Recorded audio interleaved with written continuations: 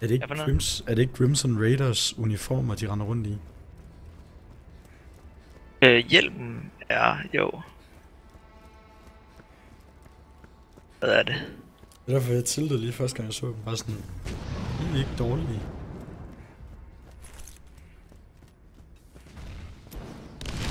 Nå, kan du se alle de der folk dernede? Vi skal den her vej. Godt. Du behøver ikke bekymre dig om alle de folk dernede. Der var nemlig 5 mand, bare sådan lige. Det var sådan et. Snipe well. Then I will stand back here. Vi tager bare the back door. Det hedder den. The back door.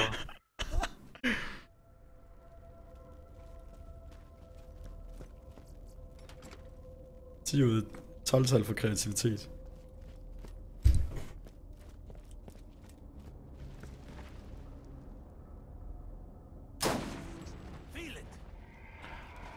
Der er spiderrens. Hvad? Spiderrens, you know. Markus og Mastal, velkommen til.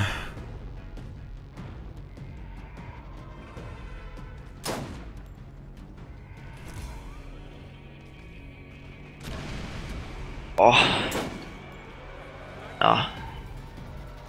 Hvad skal vi nakke? Ingenting. Well. Good enough for me. Der er spiderrens.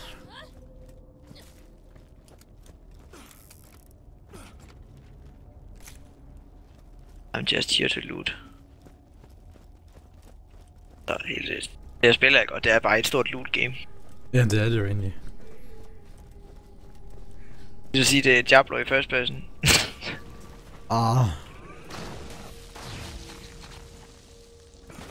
Man kan gøre en lille smule uden loot.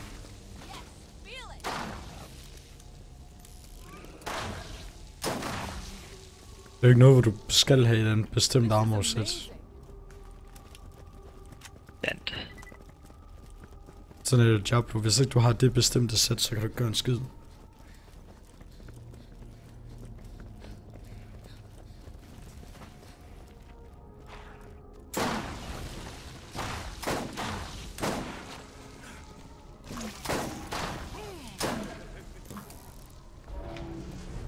Der er sådan en soldier dims.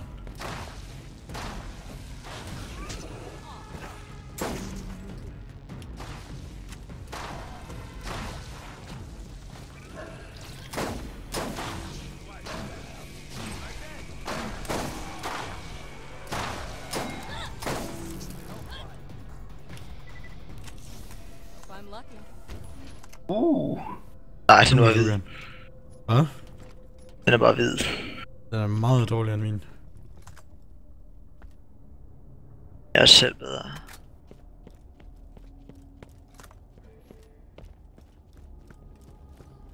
Men det var meget det den der med, den sådan kom op, og den så egentlig sådan meget sådan speciel ud.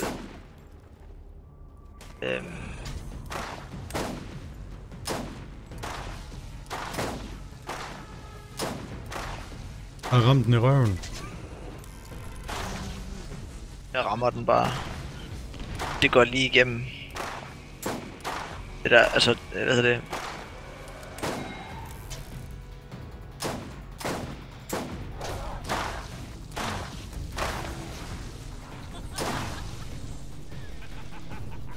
Get no scoped. Nej, men fordi jeg skyder med det der grønne noget der, så selvom jeg rammer den lige i hovedet, så skader jeg stadig sådan fuld damage af hvad jeg normalt ville gøre. Jeg havde ikke critical. Det giver mening, fordi den har ikke skjold. Hvad? Den har ikke skjold, så det giver ikke jo, rigtig dens hoved det er panser. Den tæller det som skjold? Ja. Åh. Åh, den har sådan en lille skærm. Er den bedre end den du har? Ja. It is an upgrade. Er den meget bedre end det du har, eller hvad? Meget. Hvad med den der? Ja, den er også bedre end det jeg har. That's the nasty motherfucker.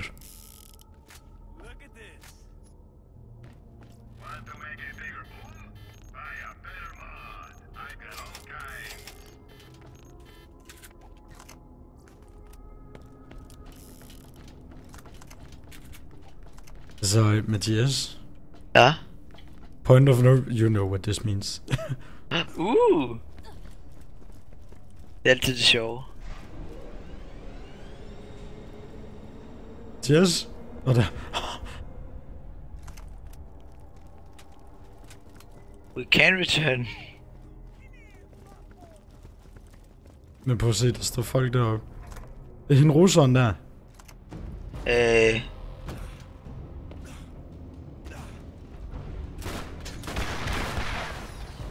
What? I have no fucking idea.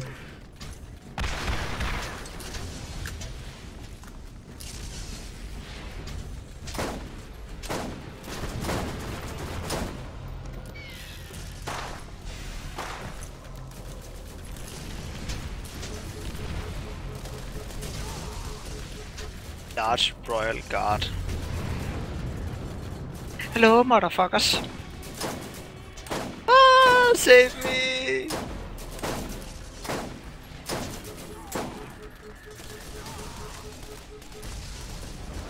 Det står bare til taking damage, det er så fedt. Wow! Damn, jeg blev ramt af en af de der skud. Det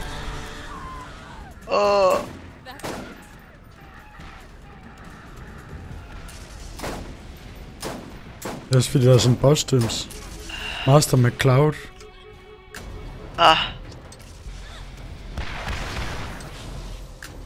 Det er basically en RPG han går rundt med.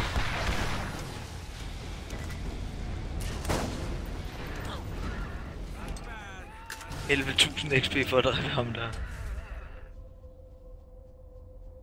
Klarede vi det?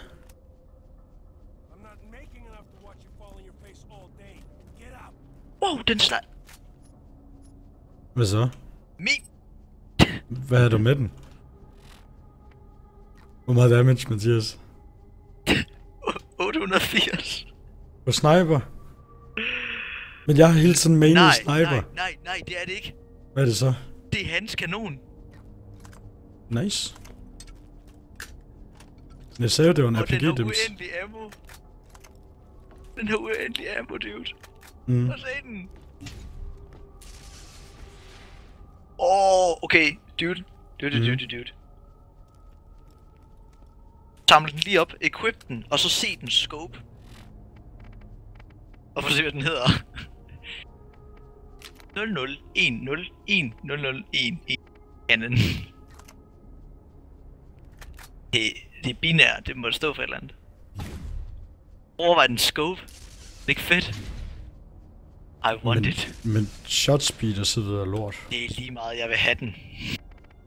Jeg har så meget andet, jeg kan bruge. Okay, nu skal vi se, hvad hedder den? Nummer.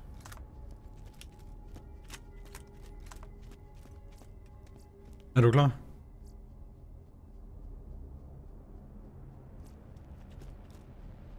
Jeg prøver lige at finde ud af, hvad den hedder, den der cannon der. Fordi at der står, altså den har sådan noget binær kode. Så jeg tænker, det sådan... Den betyder ikke, det behøver ikke have noget. Nej, men det er det, jeg håbede på, den har. Det kunne være fedt. Altså, okay, det her spil, det er så gennemtænkt, at det burde det have. Der må du lige give mig ret. Det kan jeg sætte 2-3 bogstaver. Ja. Hvad den hedder fat? Eller andet. Think of the possibilities.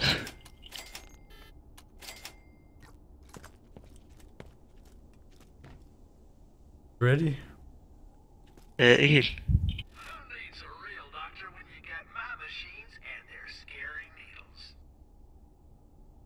Sådan er. Go. Eller vent.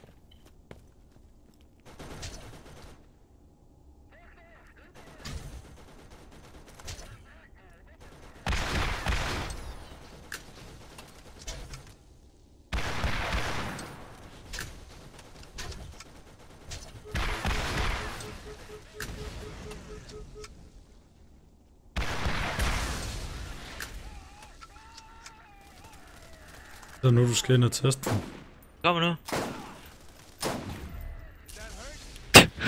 Og du vil lige lade skyde med den først.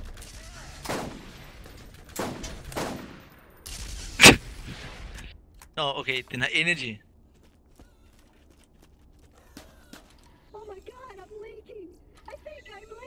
Hvem af dem græder? Skal vi tage den? Ja. Selvfølgelig skal vi det. Jeg åbner til et eller andet lækkert.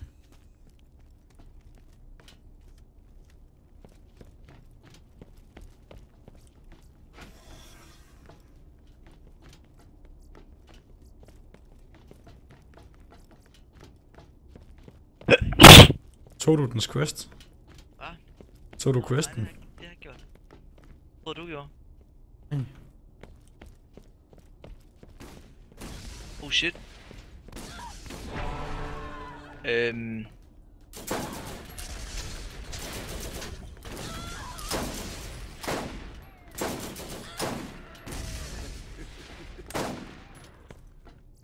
Meget fed den der gun, men så god er den nok heller ikke. Men den er fed. Det ved jeg ikke, har du ramt med den indtil videre? Ja ja, den skader sådan halvdelen af hvad der står. Så er den lort.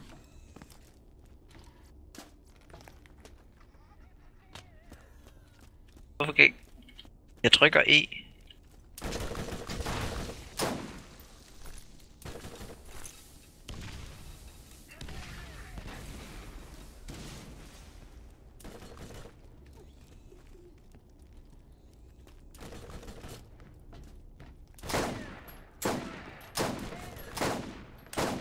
Okay, never mind, så går vi bare.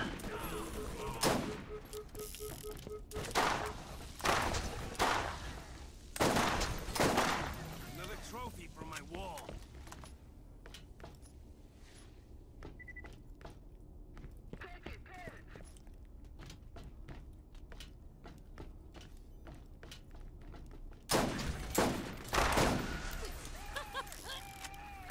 Lidt fedt, alt der skjold og sådan noget, det hjælper ikke.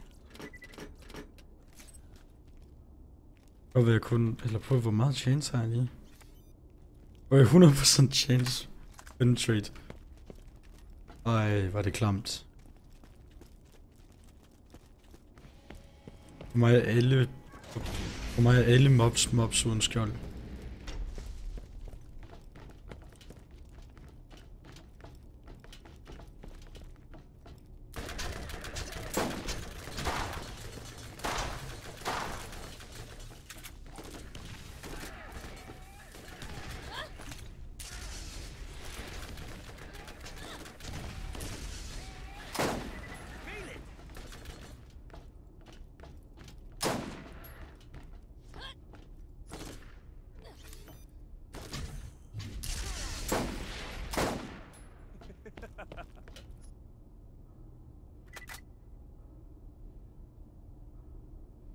En burst, den der.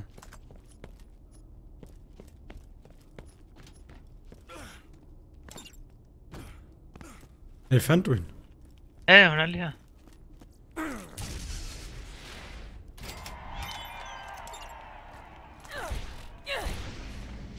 Hvad var det, vi lige fik?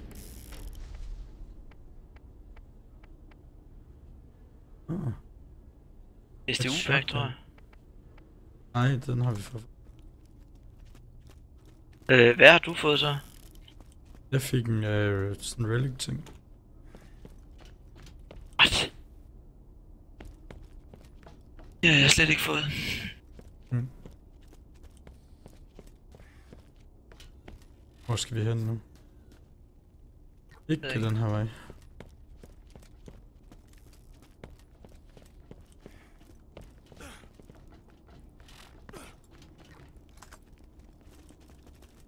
Hvor det her?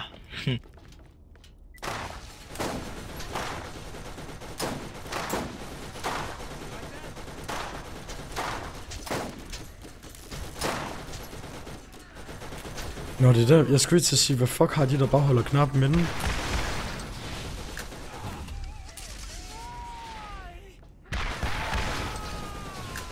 Så passer med at racer dig, og så kan jeg lige få det recharge min gun.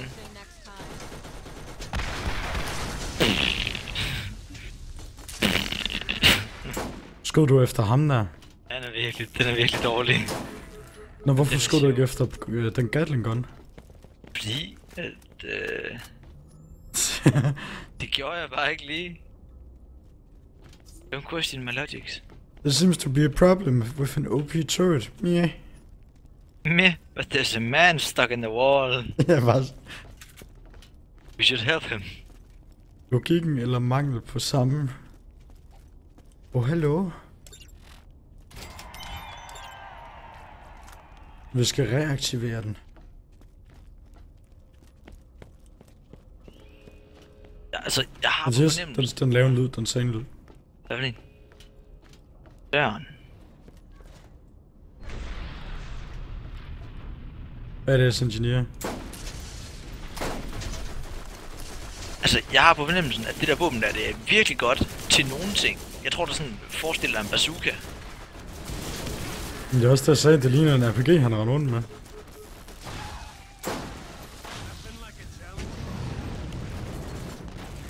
Ja, den her. Okay. Shoot yourself to shoot. If you wanna live, then shoot them. Shoot.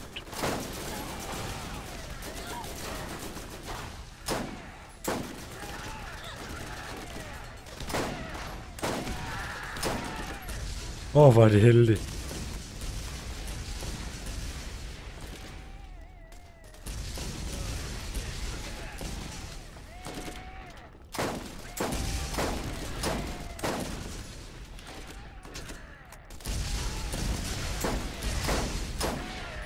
So big, so angry, so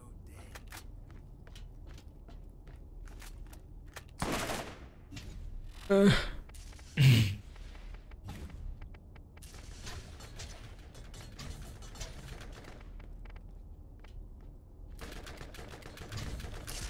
Jeg afslørede bare lige alt om det maskingevær. Hvad for noget? Den lyd der. Var sådan,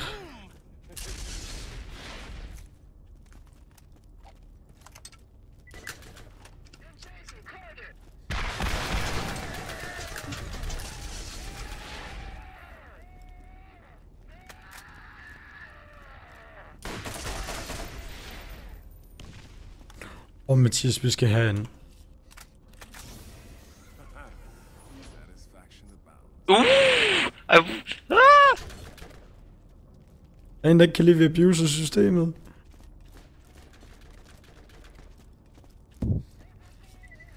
Hvis klasse er det? Soldier. Og så er der hvid i den anden. Seriously. Nej, Mathias, den der skal jeg lige have. Den kunne give 40.000. Ja, men den er syg til mig. Ja, det er det, jeg ved. Den granat.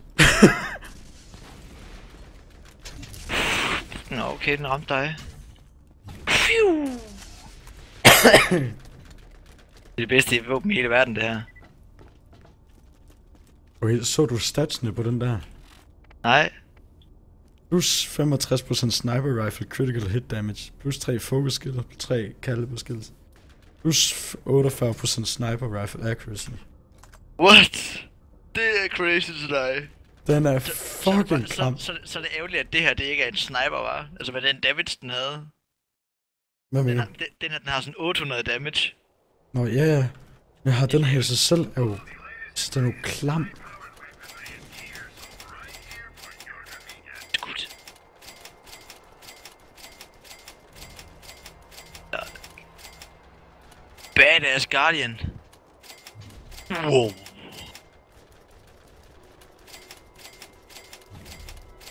Jeg elsker lydene på den her. Okay, det er sådan en bazooka, der bare skyder langsomt, fordi den er Hvad er det for den der? Badass Guardian.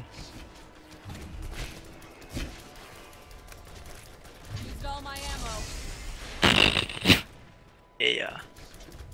Nå, det er et Iridian våben. Hvad? Du har ekstra damage og sådan noget på dem der. Er det? Det er Iridian.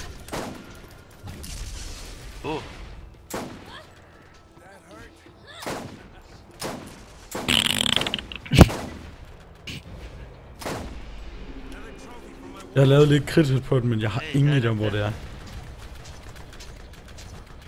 Der var en legendary class ting til mig. Nice. os lige et sted hen, hvor det er, at jeg ikke bliver beskudt af det der mortar. Og køb HP herinde, Mathias.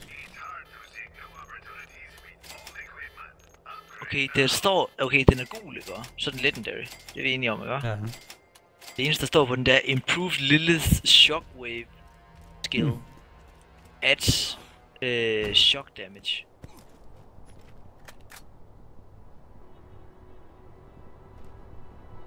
Shockwave. Anyone need help? Har jeg en skill, der hedder Shockwave?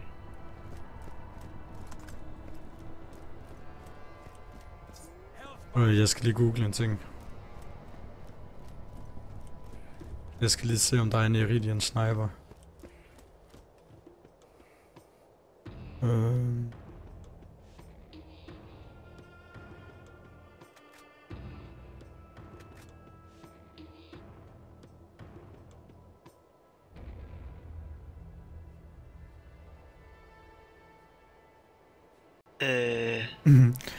Wow. Developed by the Iridian Race. Det er den, vi er imod nu. What? Der dropper... Nice. Der dropper en til mig.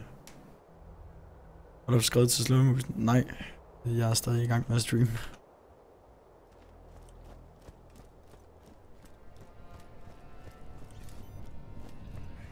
Hvor er du løbet hen?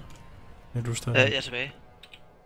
Det er meget underligt. Den der ting der, som jeg fik, ikke? Ja. Jeg brugte den, men så forsvandt den bare. Jeg har ikke fået den equipped på noget. Jeg ved ikke, om det er sådan en ting, jeg bare consumer. Shockwave, det må være mit melee attack. Ja. Det kan selvfølgelig godt være, at det er bare sådan... Hey, dit melee attack er blevet bedre. Agtig. Må jeg prøve.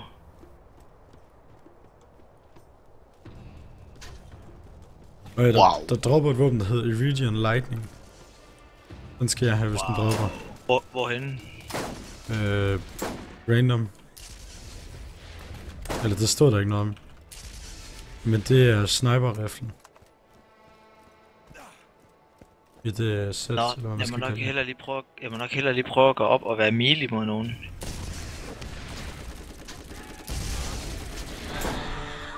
Ja, så godt gik jo, så godt var det jo. Men altså, det er et resultat, vi har set før. Jamen, jeg prøvede lige at lave melee attack på dem, og så hvad hedder den, du løber rundt med? Den her? Ja, hvad hedder den? Våbnet, det hedder en 10011 cannon. Okay. Hvor? Fordi model... Nej, okay, der er lidt forskel på modellen. De ligner bare hinanden rigtig meget. Shit, den der.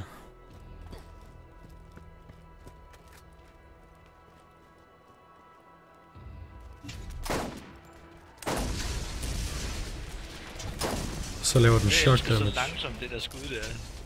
Det er vanvittigt. Jeg kan ikke lide det. Jeg kan godt lide det. Hej, turd. Den ændrer mig snart. Nå. Gonna kill you now. The turd.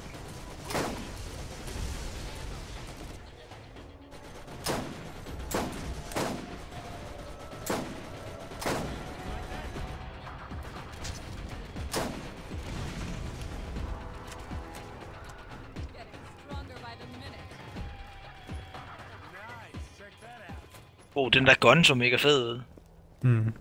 Det var lort. Men den så fed ud. Det er det der er vigtigst. Ikke wow. Vent, Mathias. Ja? Hvad er det de her rum? Okay, der var ikke noget hen. Det lignede bare sådan et rum, som vi fandt røde kasser i før. Det ikke,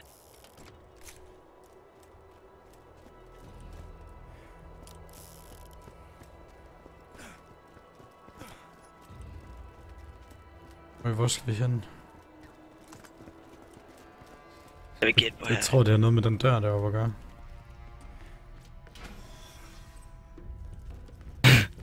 Nej! Det tror jeg ikke, det har. Hallo?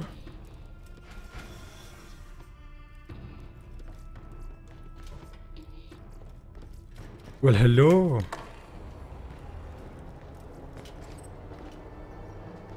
Jeg har startet det andet. Længere op, der er røde kasser. Der er røde kasser. Ja tak.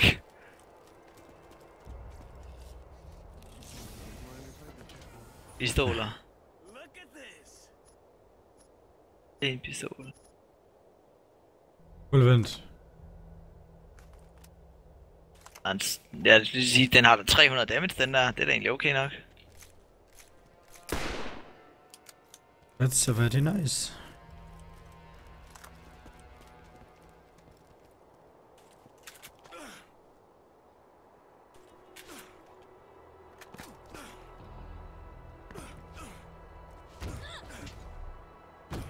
Se den. Hvor er den næste henne? Nej, den er den. Let's go.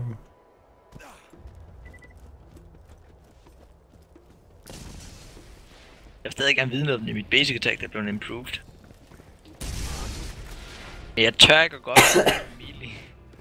Det er jeg ikke sådan gearet til. Eller hvad hedder det?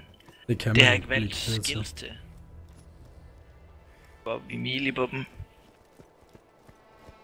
Jeg har altid ændret noget, men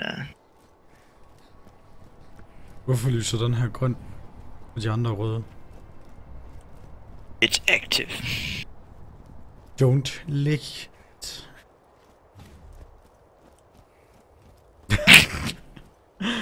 jeg kan ikke tage den der seriøs.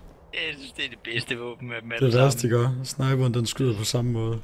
Det er så genialt. Den skyder den så langsomt. Ej, jeg håber, den skyder hurtigere. Ja, nu skal vi se. Nu skal vi se. The power. The power. Feel my mighty power, you damn turd.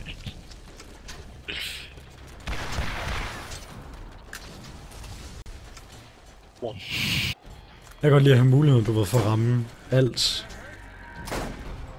Jeg har også mulighed for at ramme alt, hvis det står stille. hvis det står stille i længere tid ad gangen.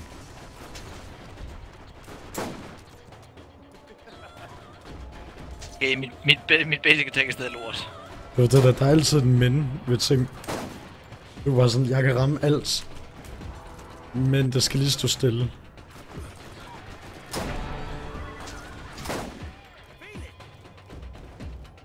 Men fuck det, du herinde. Jeg gik herind, og så døde jeg. Det var meget simpelt. Wow. Sådan en burger, der flyver afsted. Tag lige den her, Mathias. Au.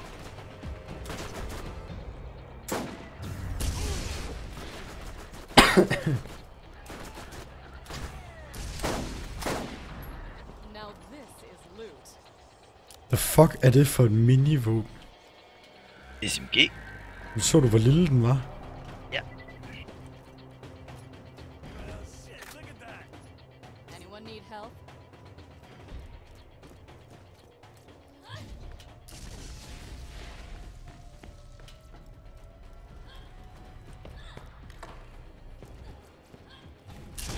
Burde der ikke være en rød chest?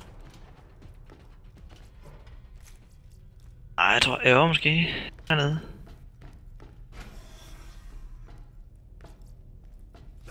Yes. Der er altid røde chest. Please. Altså, jeg skal ikke. It looks pretty, but I don't like it.